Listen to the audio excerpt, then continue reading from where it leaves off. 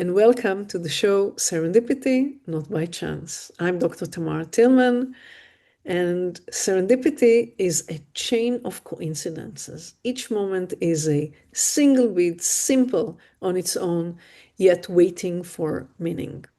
In multiversism, the philosophy, coincidence is not random.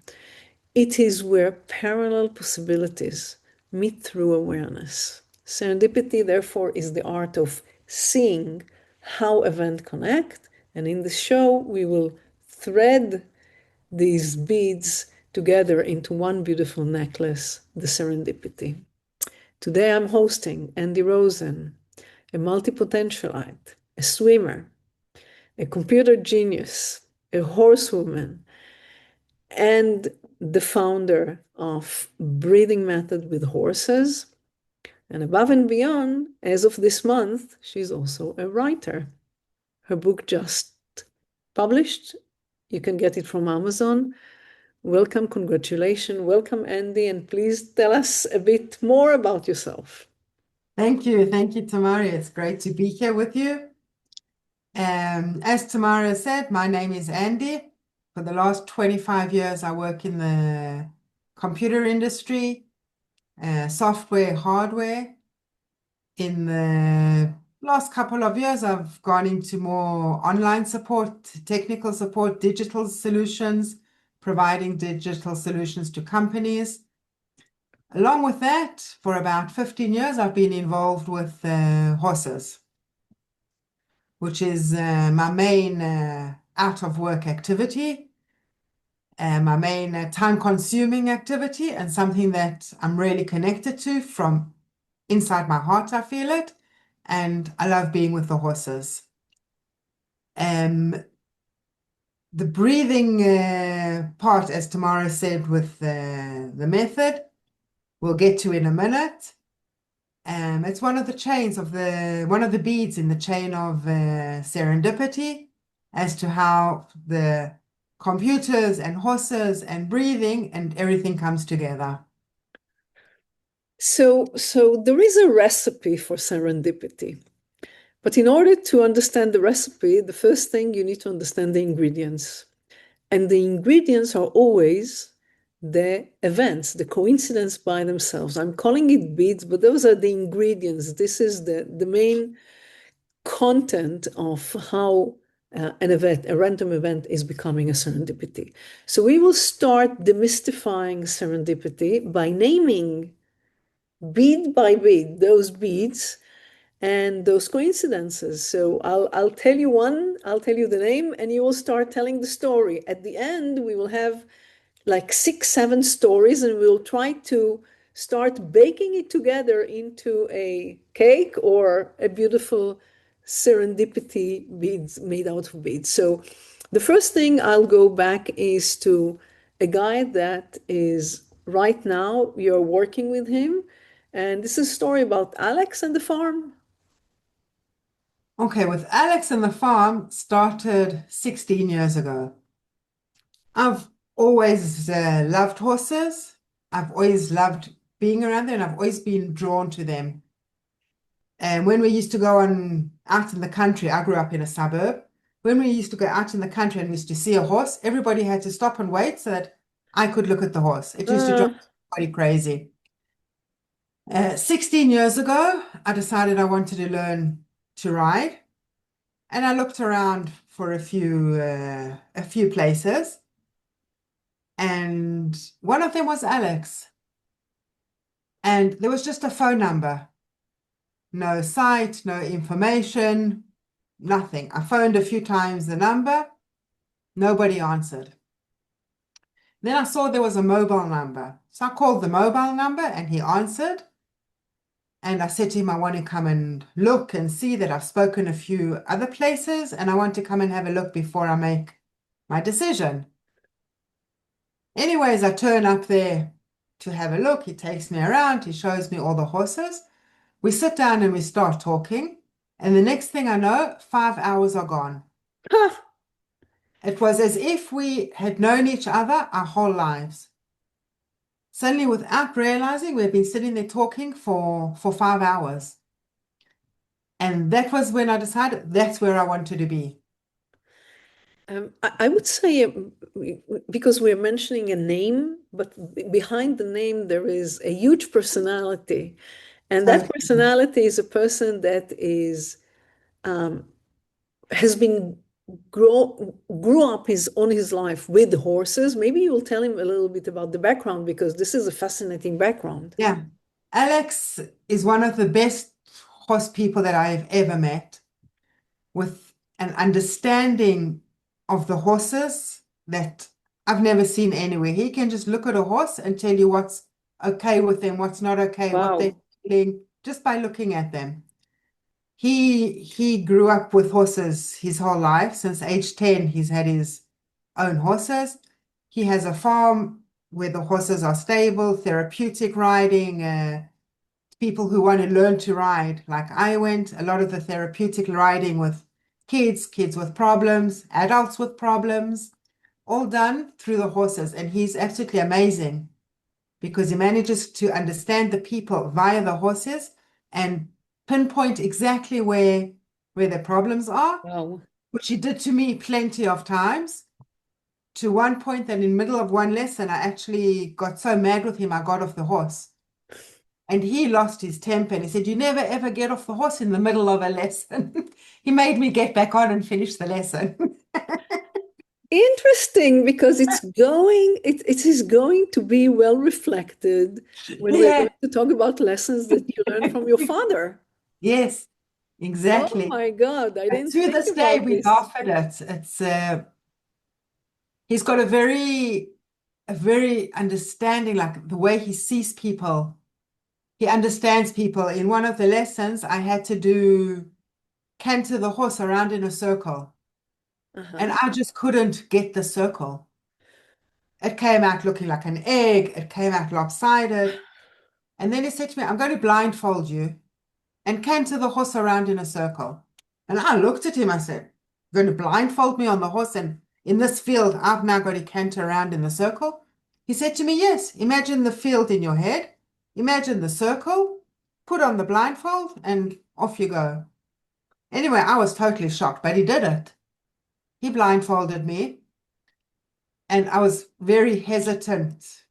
I'm riding and going cantering on a horse where I can't see. He's just said to me, "Picture in your mind where you're going." It was the first time I've ever done a perfect circle. Wow. And that's where he explained to me that our eyes, play trick on our minds. And But a you lot need to of the have, yeah, but you need to have a confidence. You are confident that whatever is going to be, he has your back.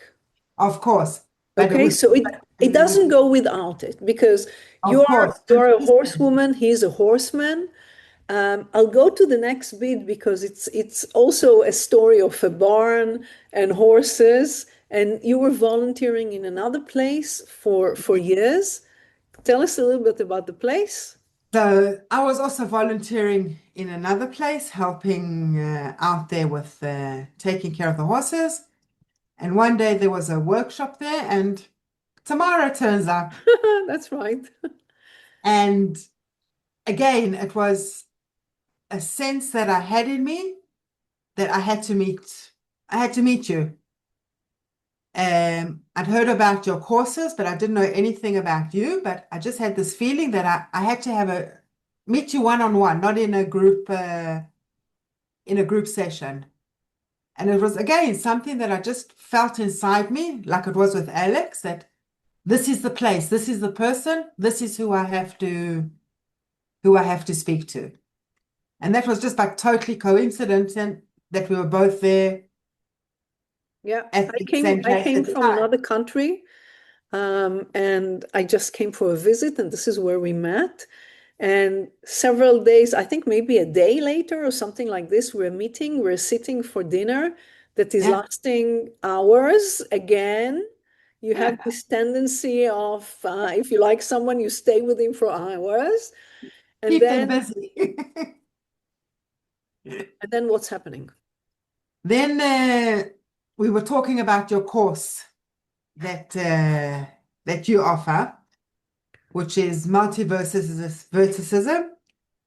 And I said to you that I'm not sure I understand it. It sounded a bit weird to me. I didn't know if it was for me. What was this all about? And then you said, come on the weekend and let's do it a full One on day one. studying course. Well, I turned up there thinking I'm on vacation. Tamara says to me, did you bring a computer? I said to her, no, what for? It didn't even occur to me that I'd be working and that I'd need a computer.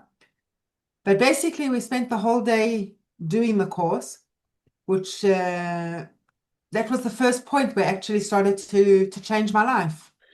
So it was a condensed version of what I used to do for 6 weeks. And then you came and you said, I want to make sure that I understand what you're teaching. And we were sitting, and actually it was an inspiration because right now I moved my 6 weeks course into one weekend. And during the weekend, what I'm teaching is exactly what I taught you on that weekend. So Yeah. it was an inspiration also for me. Let's fast forward to another event, and you didn't end up going to one of my courses. You end up coming to multiple times the courses, both multiversism, which is the parallel universe philosophy, and also the walk accelerator. And you came to the accelerator. The accelerator is 30 days of work, that the work is a walk. So you Yes, do 20 minutes of walk. Of course, you need to do some work after that, but the main work is 20 minutes. You, exactly. you did those 20 minutes, and then the first accelerator, you did something that is personal. The second accelerator, you came in and say, I want to do something that is related to my well-being. And I said, let's do breathings. So tell us a little bit about those breathings, because you are an excellent student. If you get a project, you're doing it. So what happened? You start what? So first, I'd just like to reiterate something that what you said. You said I did the course multiple times. It's important for me just to say here that it's not a course where you pass or fail. Doing it multiple times doesn't mean you failed the last. That's a good one. Doing it multiple times is the reason because every time you do it, you learn more stuff. You go onto a deeper level. You suddenly see another side of it. And the more times you're exposed to it and the more times you see it, it's like peeling an onion. Each time it's another layer, it's another layer, it's another layer, but you can't get to the inside layers until you see the outside layers. And that's why I feel the importance of doing it multiple times. It's just so that people understand it's not like a pass or fail Yeah, kind of. and I'll say that this is like this is a phenomenon that I know in my courses, that people are returning and they're saying exactly the same thing, and they have even a phrase that they're saying, I don't think that you taught it in the last course. So some of the things I'm not, I'm also renewing by myself. It's you cannot Yeah. stand in the same place, but many times you went into an event, a movie. You went into a movie. Matrix. The Matrix is a perfect Yes, example. you watched it once and you saw only 20% of the knowledge that was there. You go the second time and you say to yourself, how can it be that I didn't see it the first time? Yeah, So there are things that are an accumulation of knowledge and accumulation of awareness. Those are two separate things. But once you gain the knowledge, you can advance in your awareness. Okay. totally. So the second, first of all, the first accelerator I did, as Tamari said, with a personal interest, with amazing results. After I saw these results, I thought, no, I have to do this again because things can only improve. During the intake process, when discussing what we're going to do on, Tamari came with the idea, breathing exercises, which straight away something in my mind clicked that was the right thing to do. Just to clear, those are not my breathing exercises. I told Andy, I think that for the purpose that you came for the accelerator, going and doing some breathing exercises, you will benefit out of it. So she took it and she created her own breathing exercises that she started to practice, and not only practice, do it near the horses. Yeah. So what I started with the breathing exercises is during this 30-day accelerator program, I started seeing the effects that it was having on me. And then I decided that I have to see if these effects are just on me or if they could be a universal outcome for everybody. And for me, the way to get that proof was by using the horses, because the horses don't know what I'm doing. They just sense what's going on. It's not like with people when they do medical tests, they give one group a real pill and one pill a placebo. Because people can say, I took a pill, I feel better. But in order to get results, they have to play around with it.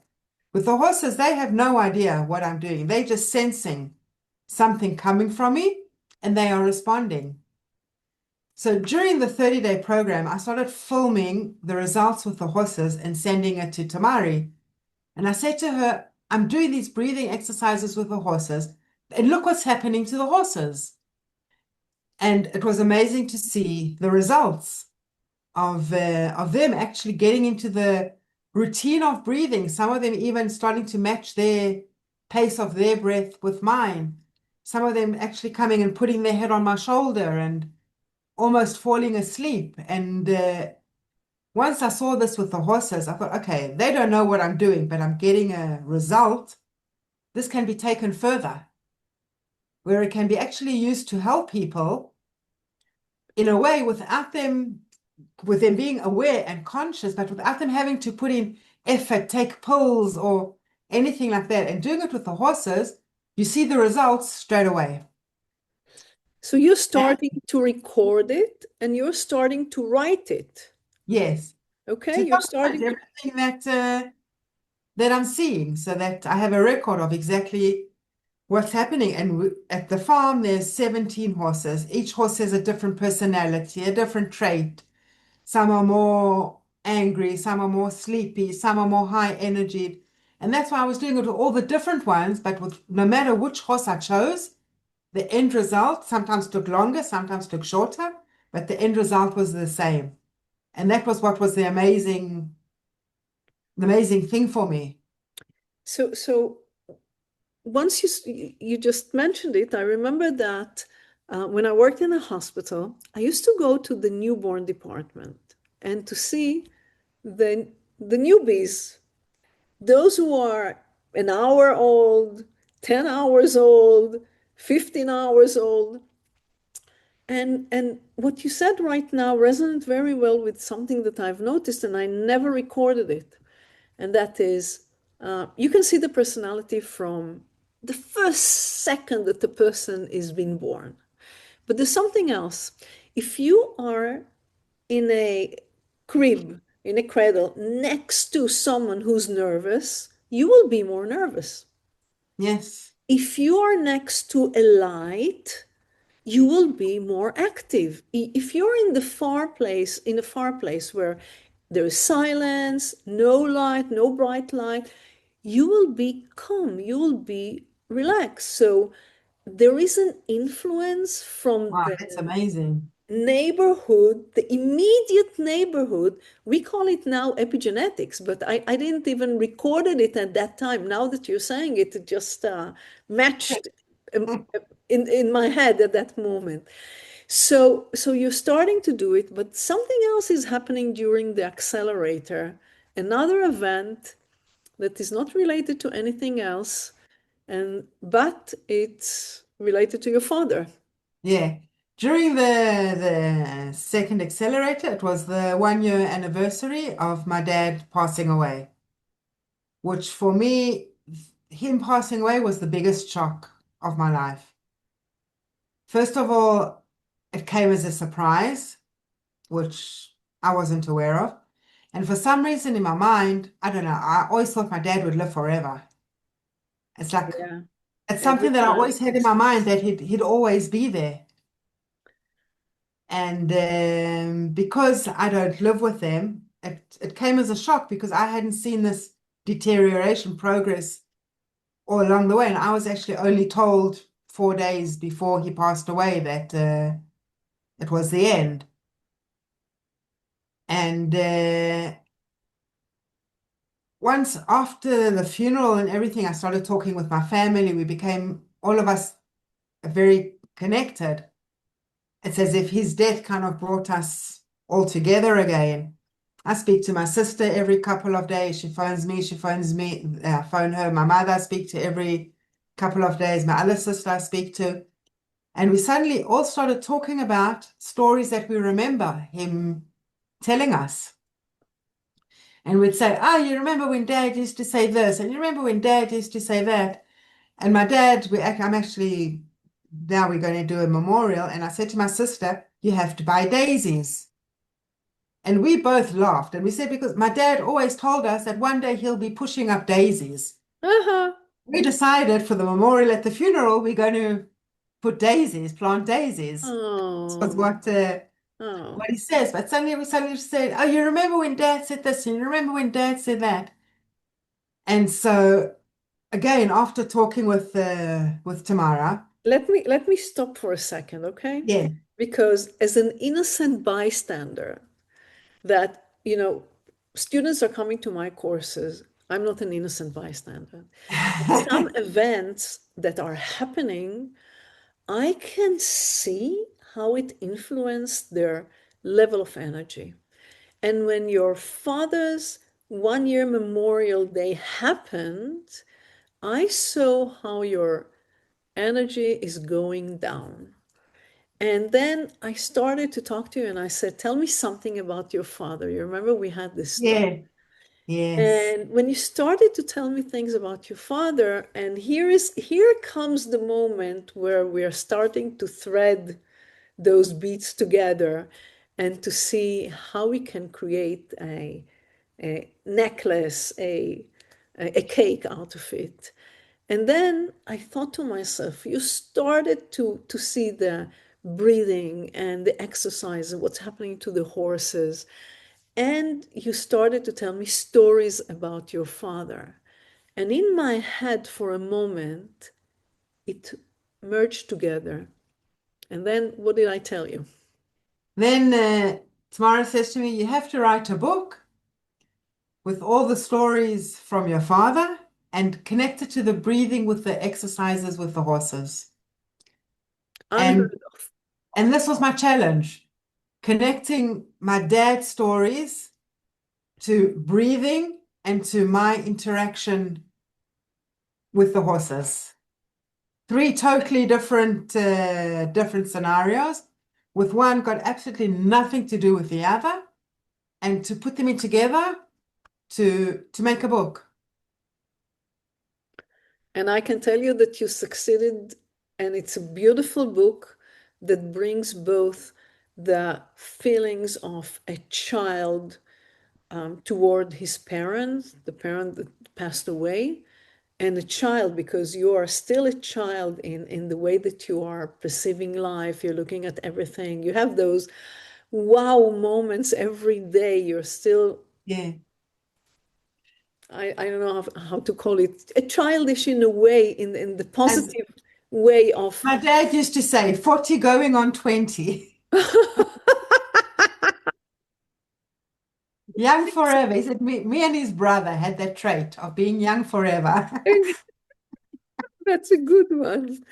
So, so you were able to write the book. You're going back home next month, and you Yeah. wrote the book. The book was mainly started for your family, but where is it now? Yeah. Well, the book's been now for up on Amazon.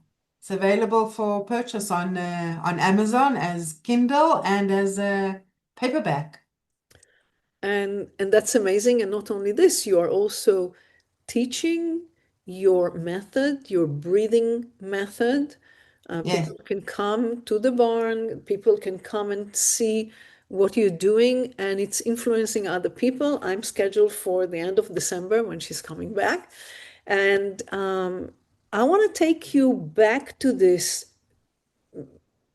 journey of having events, ingredients, beads, and they're starting to connect one to each other, and it creates something, a chain in the end, meaningful chain in the end. Tell us a little bit about this journey of starting to glue things together. Wow, it's an amazing journey. It's also, along with it goes a lot of, well, not a lot, I'd say a bit of self-doubt, because sometimes you ask yourself, what have I gotten into? Because the way I see this also, it's a commitment. So once you take on this commitment, you got to see it through. But suddenly the reality hits in. You think, well, how am I going to connect these three things totally unconnectable to make it into something interesting? Something not only interesting, but something that people can read and relate to. Because if people can't relate to what you're saying, it's kind of not worth anything. And to get them to relate to it and to do it in a way that people read it and it's a bit funny and it's a bit of this, it's like everything, in one. And this journey, it was a lot of journey of self-discovery as well. Because I think also in a lot of the time we put limitations on ourselves without realizing our true potential. And until we actually put into a position where we have to do something, we don't know for sure what we're capable of doing or not. And for me, this was also a lot of the journey was realizing my capabilities, realizing what I'm worth to others. And that is putting a value on myself and what I can give to others.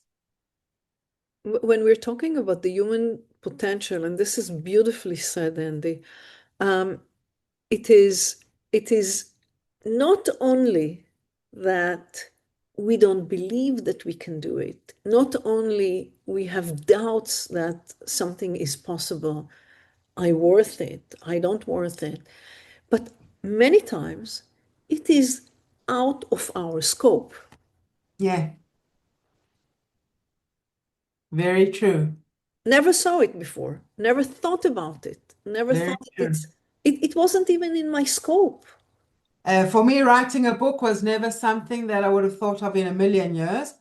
And even in the past, when Tamara said to me, write a book, you have to write a book, my first thing was, no, I've got nothing to write about. That was my first, no, what's me in a book? What have I got to do with a book? And but again, when the pieces fall into place and it feels right, then all the beads are in the place to start putting the necklace together. Yes, and it's not by coincidence there. No, Not by coincidence, and only in retrospect we can understand what was the meaning of that single bead, that it complete by itself but is unassumed, and only in retrospective we can understand the meaning of that bead, of that's that ingredient. totally, because now if I look back, I see the me arriving at the farm and meeting Alex, meeting you, doing the accelerator course, even with my dad passing away, how all these events accumulated in something that's meaningful. But if you look on them each on their own, they don't look like they're connected to anything. Correct. Okay, it is the last question. And the last question is always yours. So ask me anything.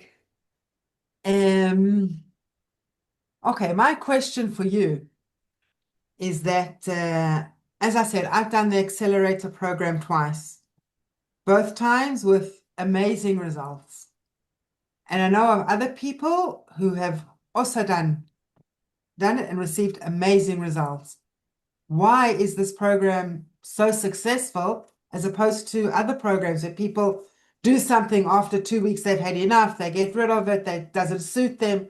What's your secret to the success of this What's the secret ingredient? The secret secret ingredient is ingredient? hard work, period. Is follow the process, trust the process, and work. That's it, nothing else. There is a process here. And I created this process. My background is science. I created it so that it will bypass any emotional things and hormonal things. I'll give you an example. Most of us are very thrilled to start new things, right? Yeah, Because we see ourselves, are we going to succeed? We're going to be amazing. We're going to have new friends. So, and we're planning. And then whatever we plan in the future become the present. And that present is not that happy anymore. So what I'm trying to bypass is this vicious circle that there is one hormone that is called dopamine is in charge of. This hormone is allowing us to be excited when there are new things, but not until fruition. That hormone doesn't care about fruition. He cares about the next excitement. So how many times you had an idea, let's go and do this. Wow, for 2 days you were thinking about it, you were Googling it, you were having plans, and then it's fade out, and then you go into another excitement. The yeah, process of the walk, the accelerator, is making sure that you are dealing both with future plans and present execution. Future plans, present execution. It's like an infinity of reaction that are all future plans, but present execution. I think this is the secret. The secret is by balancing the excitement that we have by planning the future and the very tiny reward that we have today by completing something. So I'm making sure that the bites are so tiny that you will succeed today. yes, And if you succeed today and you succeed next day, you succeeded in 31 days, 30 days, and yeah. that's the secret. You did the work. Yeah, it makes sense because I think a lot of us make these big plans and we're going to do this, but we fall short when it comes to putting in the work. You This do is it why once or twice, then suddenly you realize there's too much work and it's like, okay, let's try find something else. and this is why New Year resolutions are falling apart by by January 31st, falling apart. Nothing is left. Maybe, there is I don't know, a quarrel right now whether it is 50% are falling by January 31st or 88%. There are two Wow. articles that one of them said, but the But they're both majority, big amounts. yeah, it doesn't matter, by the way. It doesn't matter. Yes. Think to yourself, you're going into I don't know, airplane, you're boarding a flight, but only 50% of the cases it will reach the destination. Will you board it? It's crazy. It's crazy when you think of it like that. Yeah. So this is a system that's allowing you to be very proud of yourself. Because if you're doing it correctly, if you're following the process, at the end of the accelerator, the walk, you are within 30 days, you finished any project that you thought in the past that is impossible. So, of course, we're not talking about two things, Yeah, not diets and not matching.